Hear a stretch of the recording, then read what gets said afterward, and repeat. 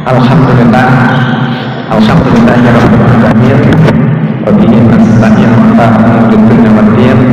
Wassalatu wassalamu ala asyrofil anbiya'i wal mursalin sayyidina wa maulana Muhammadin wa ala alihi wa ashabihi ajmain. Rabbi yassir wa la tu'assir wa tamim bil khair. Rabbi ishrah li sadri wa yassir li amri wahlul 'uqdatam min lisani yafqahu qawli. Pada ayat yang kedua, usikum nafsi bittaqwallah wa fattaqullaha ittaqullaha haqqa tuqatih wa la tamutunna illa wa antum muslimun. Faqala ta'ala fi kitabil karim wa in khiftum alla tuqsitu fil yatama fankihu ma qaba lakum minan nisa'i matna wa thulatha fa in kuntum alla taqdiru fawahidah aw ma malakat aymanukum dzalika adna alla ta'ulu wa qala Allah wa min ayati an-lakum min anfusikum azwajan litaskunu ilayha wa ja'ala bainakum mawaddatan wa rahmah inna fi dzalika laayatin liqaumin yatafakkarun. Wa qala Nabi sallallahu alaihi wasallam dalam hadis an-nikah ini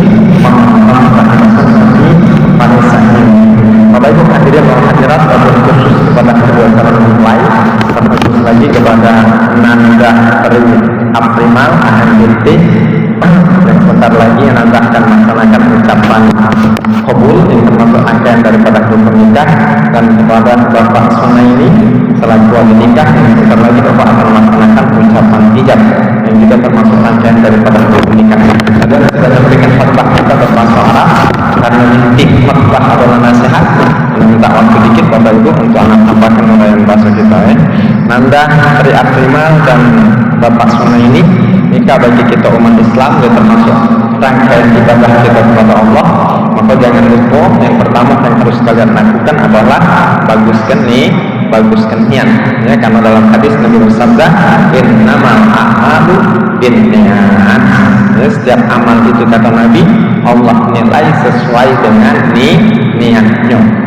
Di mana letak niat? Letak niat itu di dalam hati. Oleh karena itu kepada Nanda Tri Aprimal dan Bapak Sunaini, waktu ijab qabul dilaksanakan, pasang niat, boleh niatnya untuk mengikut Rasulullah melaksanakan perintah Allah, karena memang nikah ini termasuk perintah Allah dan sunnah daripada Rasulullah. Di antaranya Allah berfirman dalam Al-Quran, fankihu ma qaba lakum minan nisa, kata Allah. Dalam ayat ini kalimat fankihu itu kalau kita kaji dari segi ilmu nahwu ya termasuk fi'il amr. Amr itu artinya perintah. Asal kalimatnya nakaha yang kihu, ingkih untuk sikok lanang, ingkiha untuk dua lanang, ingkihu itu untuk lebih dari dua lanang. Jadi perintah nikah kepada laki-laki dalam ayat itu untuk seluruh lanang. Fangkihu kata Allah, maka nikahi oleh kalian wahai kaum laki-laki. Siapa yang harus dinikahi? Jelas, maka balakum minan nisa, kata Allah, wanita-wanita yang kamu senangi. Jadi dalam ayat ini juga sudah jadi dalil kalau nikah sama jenis itu tak boleh. Lanang nak nikah sama lanang tak boleh. Tino nak nikah sama tino tak boleh. Maka dalam ilmu fikih ulama menetapkan, Bapak Ibu hadirin wal hadirat rahimakumullah, termasuk di antara syarat calon pengantin masing-masing harus asli. Calon suami harus asli. Asli calon suami, lanang itu leang. Syarat, kemudian syarat calon istri asli syarat calon istri harus betinoh tulen. Supaya ngapa? Tak mubazir. Sebab kalau ada yang palsu, lanang asli, calon istri palsu, artinya lanang sama lanang, mubazir tak? Mubazir. Atau calon suaminya yang palsu. calon istri betino asli, calon istri palsu, calon suami palsu, berarti betino sama betino mubazir tak? Mubazir. Kata Allah, wala tubadzir, innal mubadzirina kanu ikhwanas syayatin. Jangan kamu melakukan perbuatan yang mubazir, maka sesungguhnya perbuatan mubazir itu termasuk saudara-saudaranya syaitan. Jadi Islam itu betul-betul indah kalau kita nurut. Cuman kita manusia ini banyak nurut nafsu, banyak yang Allah perintahkan nikah, lanang menikahi betino, ini nak nikah lanang sama lanang, nak nikah betino sama betino. Kira-kira didukung apa tidak, Pak? Ada yang nak nikah sejenisnya itu, dukung apa tidak? Tidak. Berarti kalau ada ulama yang yang melarang, jangan sampai dilegalkan, harus didukung itu. Jangan nyalakan ulama. Jadi jelas kira-kira. Oleh karena itu dalam pelaksanaan, dalam teks ijab itu Bapak Ibu memang ulama kita khilaf.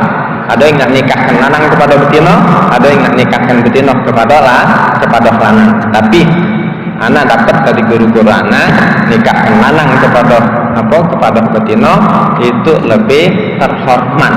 Jadi lanang natangi betino. Tapi kalau nikahkan betino kepada lanang memang sah, tapi betino natangi lanang itu agak kurang terhormat. Kira-kira sepakat tak? Sepakat. Memang nafsu kita senang lanang dikejar betino itu ya. Hebat lanang itu, ngapa tuh betino ngejar-ngejar. Ya. Tapi dari segi kehormatan lanang ngejar betino itu lebih terhormat. Maka salah seorang guru anak termasuk Allahyarham Kiai Haji Muhammad Jan Sukri, beliau sampai mau perumpamaan kalau nikahkan betino kepada lanang katanya seolah-olah kita nyual anak. Artinya ngapa? Kurang terhormat tadi. Jadi kita betino ngejar lanang. Dan kalau kita balik ke konteks asli, memang Nabi nikahkan lanang kepada betino. Zawwajtuka wa ankahtuka. Zawwajtuka itu kalau kita kaji dari segi ilmu nahwunya, zawwajtu fi'il fa'il. Ka itu maf'ul bih. Ankahtuka itu juga ankahtu fi'il fa'il. Ka maf'ul bih. Zawwajtuka, zawwajtu artinya kawin. Aku kawinkan engkau, atau boleh dibalik, engkau aku kawinkan. Kah di situ untuk siapa? Jelas kah di situ untuk laki-laki. Kalau dalam bahasa Arab kalau untuk cewek ki, dan itu untuk cewek yang di depan, yang ada. Kalau ceweknya di belakang jelas tak cocok. Nah, jadi kah di situ untuk laki-laki. Zawwajtuka artinya aku kawinkan engkau wahai laki-laki, atau dibalik artinya engkau aku kawinkan. Angkahtuka itu aku nikahkan engkau, atau boleh artinya dibalik engkau aku nikahkan. Jadi ulama menetapkan boleh kalimat ini dipakai sekaligus dengan aslinya pakai bahasa Arab, atau boleh juga dengan terjemahnya. Jadi kalau nak pakai terjemahnya boleh pakai kawin, aku kawinkan engkau, atau engkau aku kawinkan, atau boleh juga nembek kalimat nikah, aku nikahkan engkau, atau engkau aku nikahkan. Kepada siapa yang nak dinikahkan tadi? Maka balakum minan nisa, kata Allah, kepada wanita-wanita yang kamu senang. Jadi dinikahkan kepada mempelai perempuan. Syanu bin syanu, engkau aku nikahkan, atau boleh dibalik aku nikahkan engkau dengan. Ada yang memakai kepada anak perempuanku. Kata salah seorang guru anak Kiai Haji Nawedenci, itu agak jauh kalau kepada katanya. Coba dengan lebih dekat kan dengan anak kandungku. Siapa namanya? Sebutkan. Dengan anak kandungku. Karena sudah ada kalimat dengan anak kandungku, maka setelah menyebutkan nama anak, tidak usah pakai binti lagi. Karena binti itu bahasa Arab, artinya masih anak perempuanku. Jadi kau aku nikahkan atau aku nikahkan engkau dengan anak kandungku yang bernama siapa namanya, sebutkan. Kemudian sebut mahar. Dengan mahar itu kalau bahasa Arab, bimahrin. Nah, kalau di Indonesia kan dengan mas kawinnya. Dengan mas kawinnya. Apa dia mas kawinnya? Emas, sebutkan emas. Kunci mobil, sebutkan kunci mobil. Tapi hati-hati kayak tu budi. Pas sudah jadi rupanya kuncinya baik. Mobilnya tak kati. Dengan sebutkan apa itu. Kemudian baru disebut jumlah. Dengan mas kawinnya emas, jumlahnya satu suku. Ada kati barang, ada disebut tunai, baru disebut tunai. Kalau tak kati ngutang. Maka itu di berkas kami ini ada kalimatnya antara tunai dan ngutang. Nah, kalau kati tadi kami coret tunainya jadi ngutang. Kalau diutangi, kalau tak diutangi balik bangsa. Jadi jelas kadang-kadang jangan sampai ragu ini, ada jelas kan? Ya, karena tadi caknya ada keraguan. Nah, jadi lanang nikahi betino itu lebih terhormat. Soal sah memang sah kalau. Tapi kata gimana lanang nikahi betino itu lebih terhormat. Ayat ini dipertegas lagi dengan hadis Nabi, tungkahul mar'atu li'arba'in. Tungkahul mar'atu li'arba'in. Dinikahi wanita itu dengan 4 hal, karena 4 hal. Jadi wanita betul-betul baik ayat Al-Quran maupun hadis Nabi itu dia pasif, dia nunggu. Dia nunggu. Siapa yang aktif? Yang aktif itulah lanang. Jadi betina dikejar lanang. Nah itu lebih terhormat. Jadi kembali kepada masalah kita, oleh karena itu kita Bapak sekali lagi jangan lupa, karena nikah termasuk rangkaian ibadah kita kepada Allah, jangan lupa baguskan niat tadi. Niatkan nikah ini untuk mengikut Rasulullah, melaksanakan perintah Allah Subhanahu wa taala. Untuk selanjutnya, karena ijab qabul adalah inti, jangan lupa Bapak Anda ijab qabul ini awali terlebih dahulu dengan bacaan ta'awuz.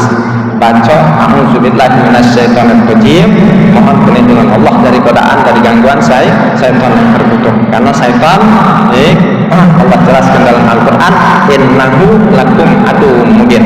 Setan mengapa Allah sebut sebagai musuhnya atau kita? Karena yang akan diganggu setan untuk kita adalah masalah ibadah kita.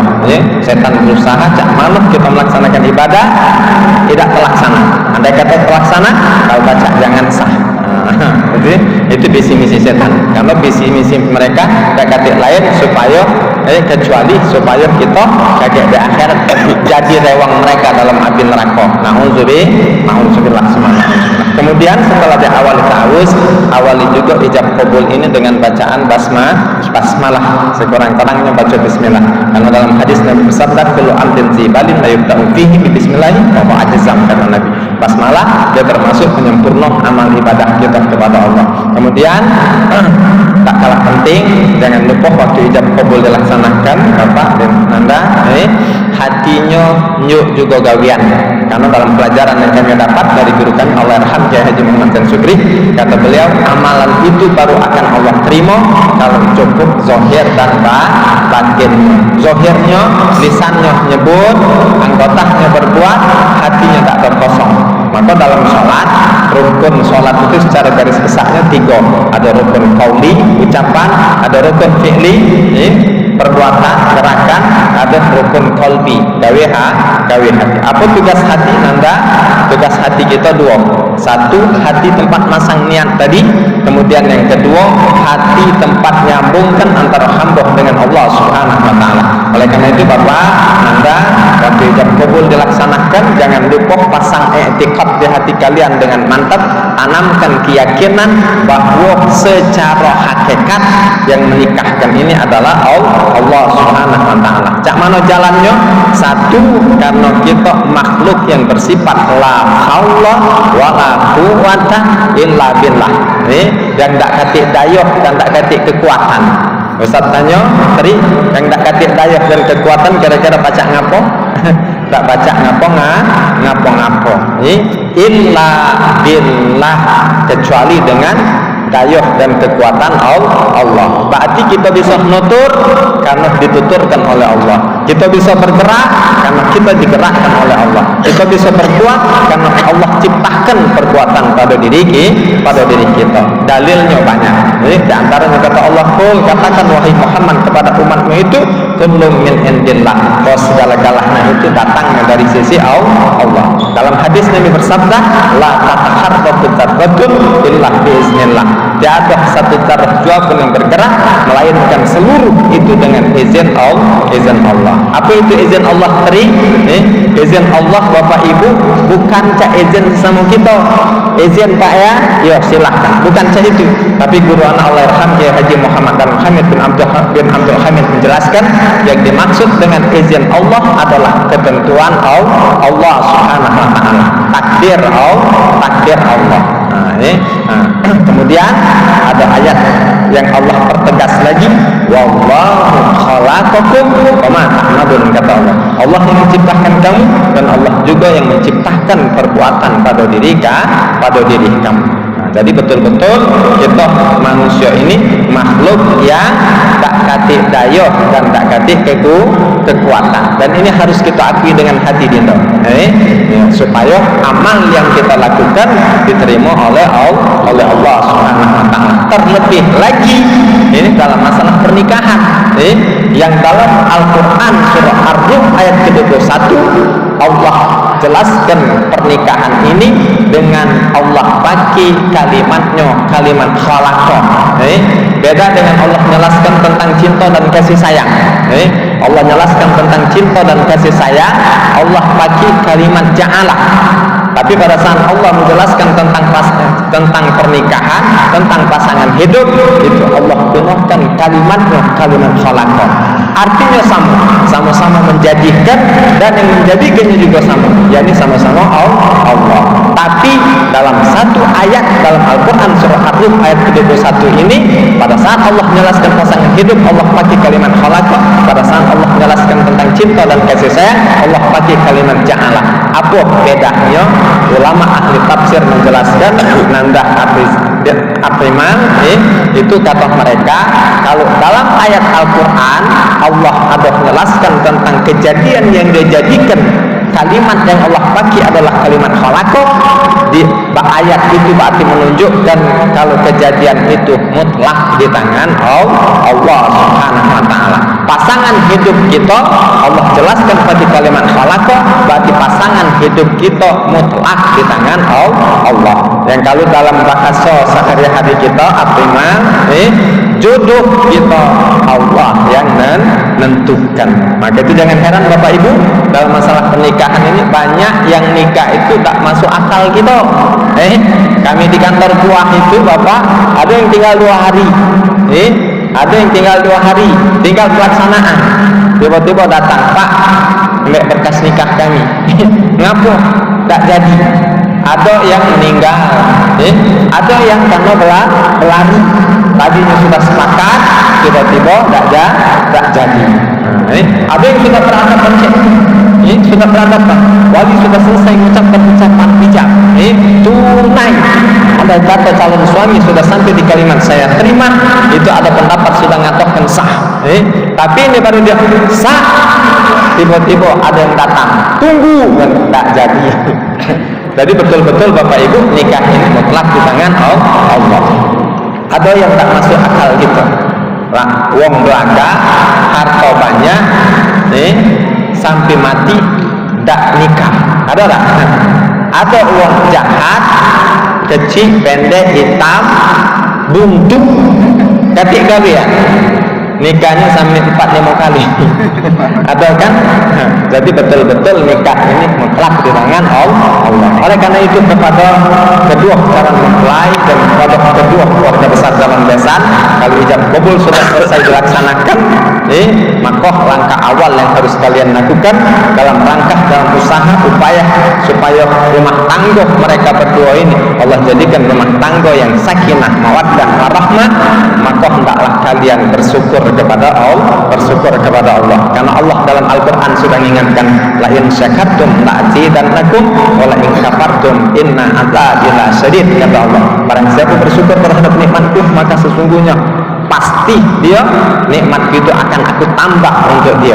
Tapi sebaliknya kata Allah, barang siapa kufur terhadap nikmatku maka sesungguhnya azabku itu sangatlah pedih. Oleh karena itu sekali lagi hendaklah kalian bersyukur. Cak mana cara bersyukur? Afriman dengan lisan, dengan lupa puji Allah, ucapkan kalimat alhamdulillah. Kemudian dengan hati akui pernikahan ini adalah nikmat karunia anugerah Allah. Untuk selanjutnya gunakan anggota badan, tenaga pikiran, harta jabatan yang Allah karuniakan kepada kalian untuk apa?